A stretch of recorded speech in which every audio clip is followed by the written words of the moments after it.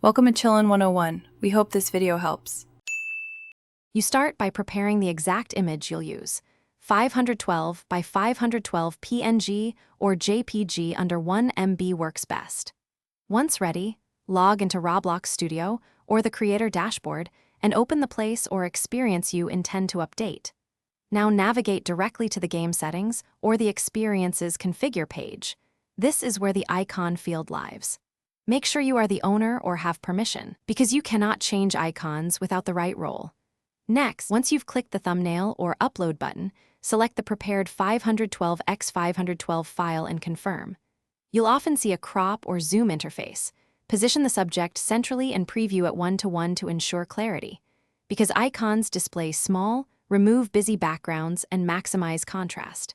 After adjusting, hit Save or Confirm, but remain on the Settings page to verify the thumbnail updated correctly.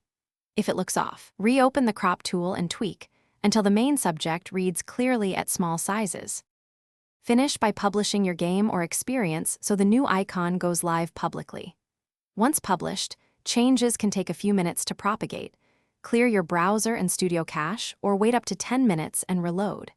If the icon still doesn't update, re-upload the image with a tiny edit or different file name to force a refresh and republish.